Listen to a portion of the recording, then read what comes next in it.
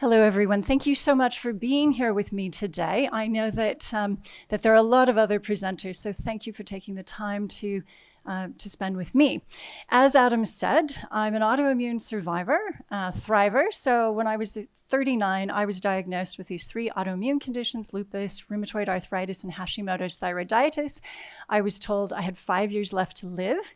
I did find a cure, which was something called intravenous immunoglobulin, and I changed my lifestyle to remove the triggers to my immune system. So I reset the immune system with the intravenous immunoglobulin, and then I removed the triggers with diet and lifestyle changes. I'm now 59 years old, and I took a glycan age test last year. They said my biological age is 21. So for any patients out there,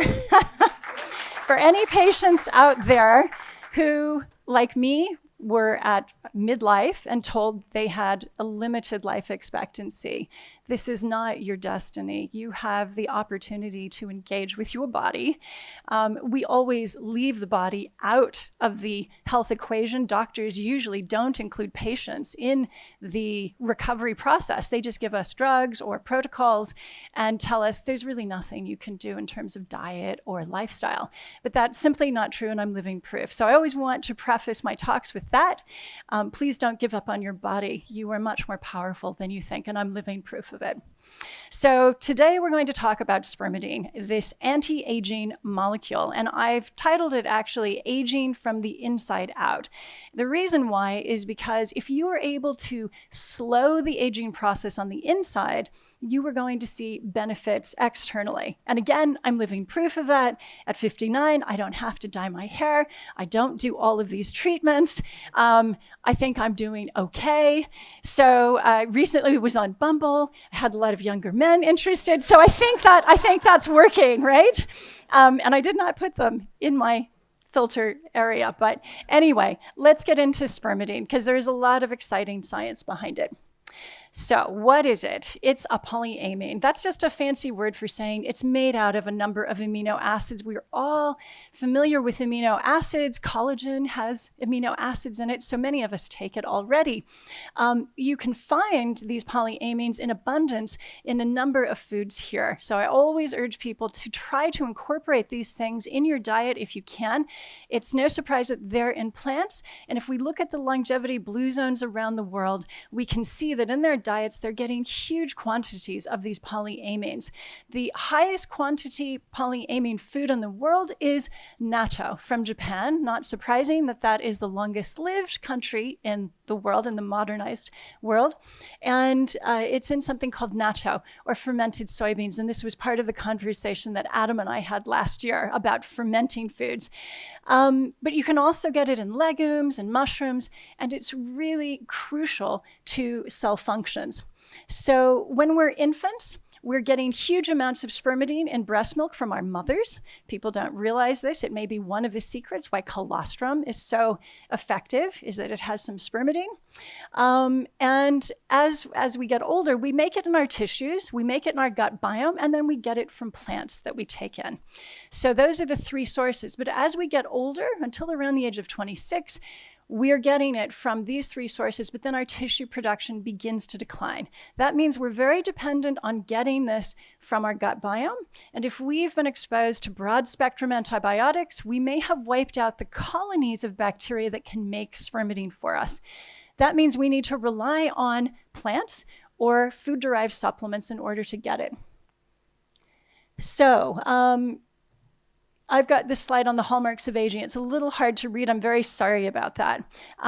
But the hallmarks of aging are basically the pathways down which we age. So scientists believe that there are 12 distinct pathways, some of which you're probably familiar with, like stem cell dysfunction, mitochondrial dysfunction, shortening of telomeres, the end caps at the ends of your chromosomes, gut dysbiosis, inflammation, and something called impaired autophagy. Do you all know what autophagy is? Hands up if you know what autophagy is. Oh gosh, okay. So a few of you, good. Okay, so spermidine inhibits 9 of the 12 hallmarks. And the mechanisms of action, why it works, big one is that it promotes autophagy, and it does this independent of the mTOR pathway. So some of you know that if you're fasting, you're activating autophagy through mTOR, but spermidine does this without going through that pathway. It's also a powerful anti-inflammatory. It maintains mitochondrial and immune function. It also helps maintain your stem cells, supports cardiovascular health. I've talked about stem cells, and it also conserves important molecules like SAMe, acetylmethionine, and arginine. So imagine you've got a cupboard, like a kitchen in your body, or a pharmaceutical cupboard of lots of different molecules, like could be flour, sugar, eggs, and you need all of these in order to manufacture the molecules you need to stay healthy. Things like acetylmethionine, arginine, these are absolutely crucial. Same with spermidine. And there are some scientific studies there on why that is important. So let's talk about the health benefits of spermidine. Very important for cognition and memory. There have been studies done, clinical studies, so that means in humans, not just mouse studies or in vitro studies, where they've given food-derived spermidine to individuals over the age of 60 who had subjective cognitive decline. That means that they were putting their keys in the refrigerator, and they knew they needed to do something about it. So these individuals were given food-derived spermidine, 1 milligram per day, over 90 days, and at the end of this period, their memory and cognition actually improved. They've done studies in Alzheimer's facilities as well, where they've put spermidine into the bread rolls to try and increase their intake. This has also helped as well. With the gastrointestinal tract, the benefits are that do all of you know what zonulin is?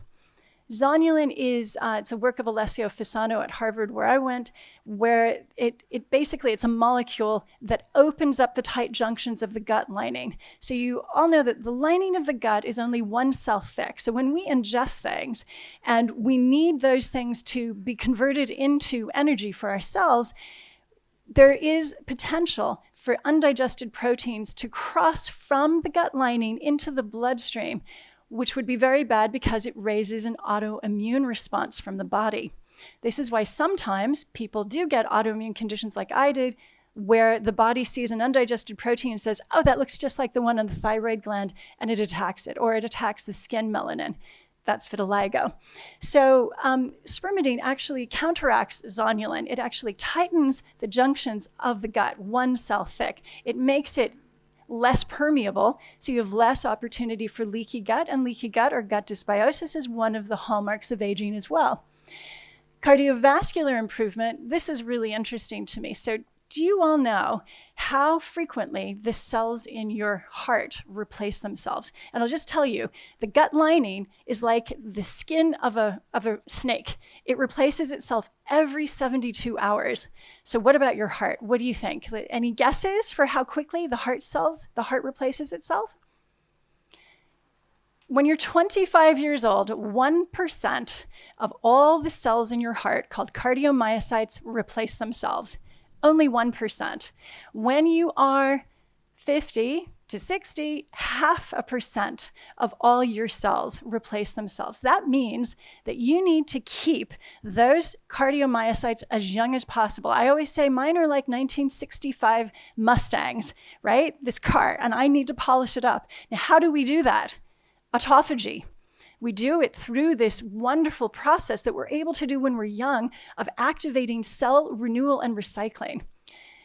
So, immune function and fertility, I'm going to talk about later because there's more in-depth research there that I want to talk about. Needless to say, if we can preserve our fertility, we can preserve our youth. And for the men here, if I asked you, would you want testosterone levels the same as the men your age? Or would you like them to be optimized for men who are at their reproductive peak? I bet you would choose at the reproductive peak. And it's exactly the same for women. If we want to be in optimal health, our fertility needs to be at its peak. So I'll get into that in a minute. There are visible anti-aging effects of spermidine as well, with hair, skin, and nails. And I'll just say that, again, I don't have to dye my hair at 59. There's something must be working, right? So what is autophagy? I've already said it's cell renewal and recycling. I like to think of it as Marie Kondo for your cells. She's in your cell and she's saying, This stem cell no longer sparks joy. This mitochondria is definitely dysfunctional. I'm getting rid of it, right? So think of it that way. Here's how autophagy works. This is the work of Yoshinori Osumi, the Tokyo Tech professor who actually discovered the mechanism of action of spermidine. So what you actually have I wonder where the pointer is. Let's see if I can get this to work. That is the cargo that you're going to put into this little bag here called a phagophore. And you want to bag up these misfolded proteins, these dysfunctional mitochondria and stem cells, and you're going to put it into this bag. This little red dot is called a lysosome. It's actually very important to the autophagic process. You're going to burn it up, and at the end, you're going to create energy. That's why when you fast, you get energy. The body is doing this so that you get energy in the absence of food. And then you're going to get some cellular components to make new stem cells and new mitochondria. Everything in the body is tightly conserved. And this process is so beautiful. This is what is keeping us young.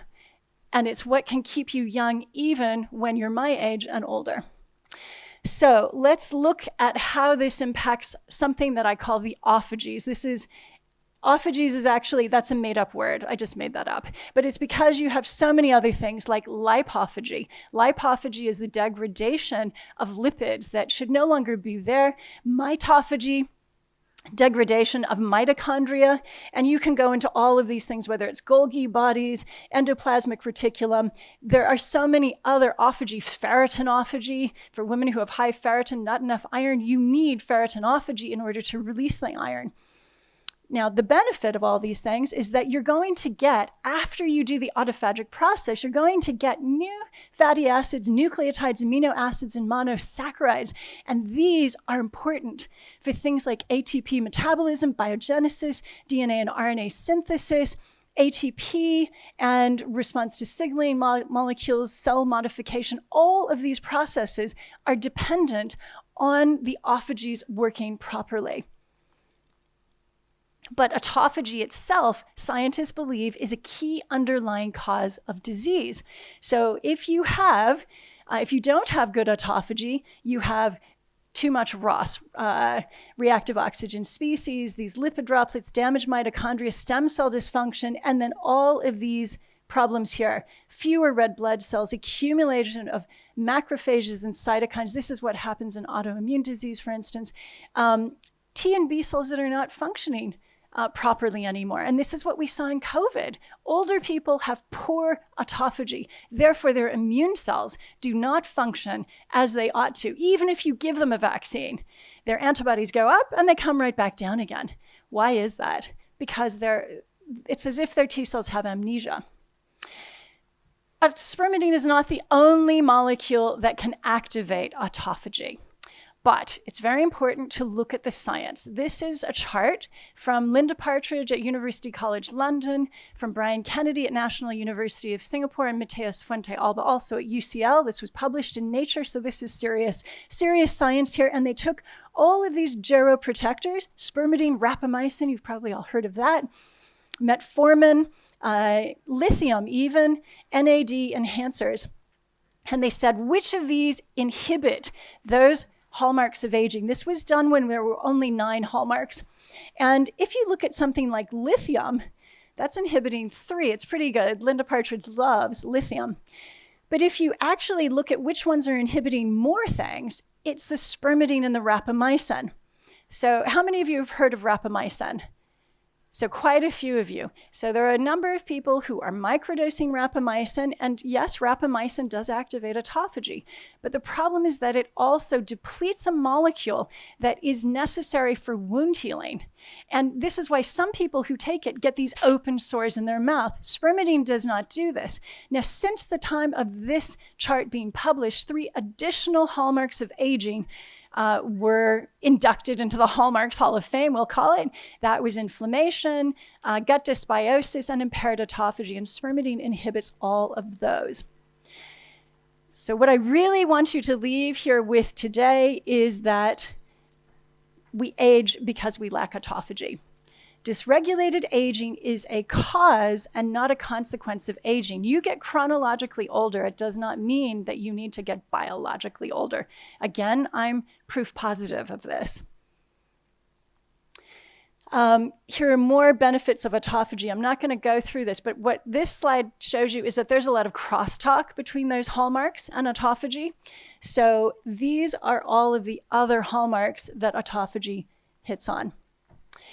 Now, I talked about the lysosome in that picture from Professor Izumi, the Nobel laureate, the little red dot that was attached to the autophagosome.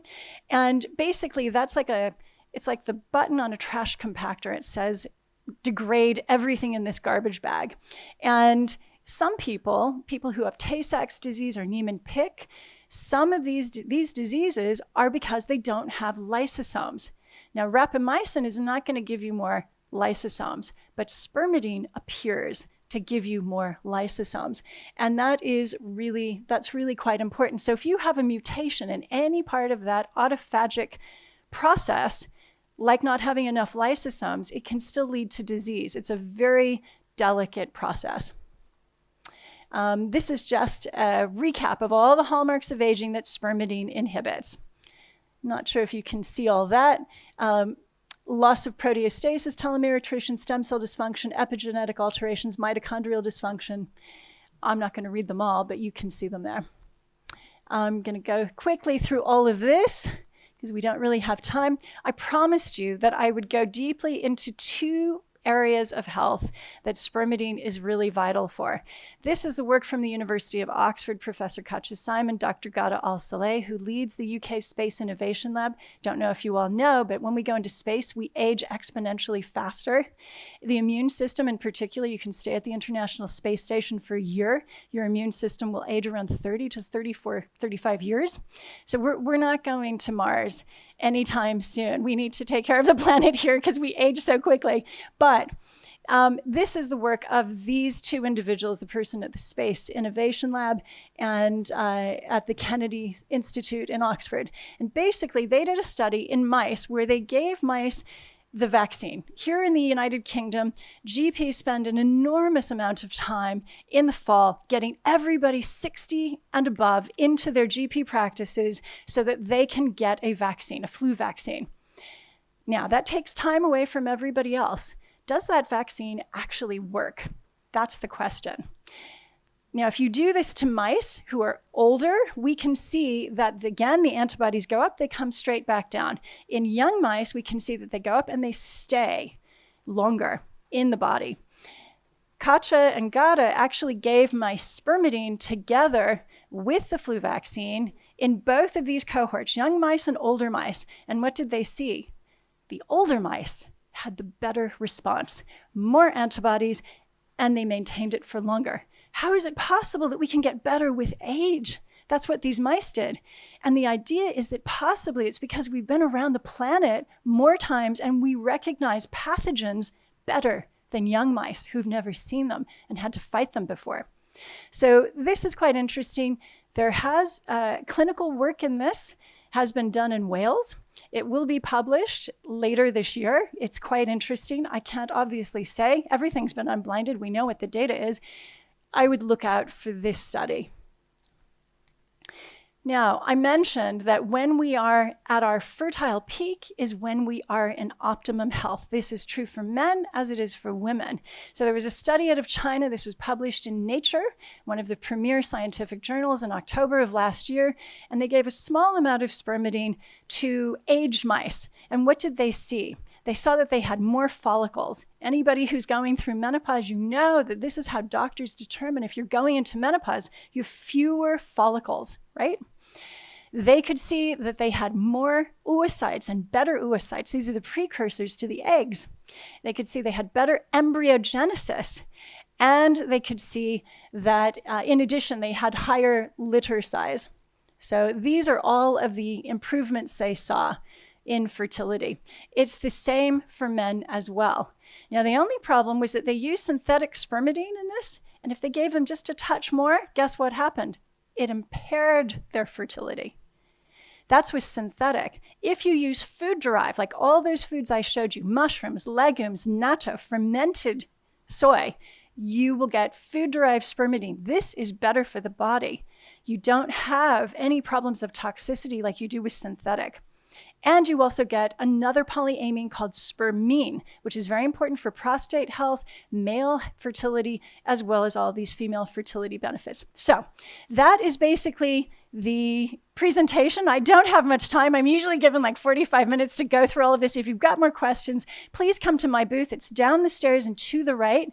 And you'll see the Oxford HealthSpan booth. I can give you more answers there.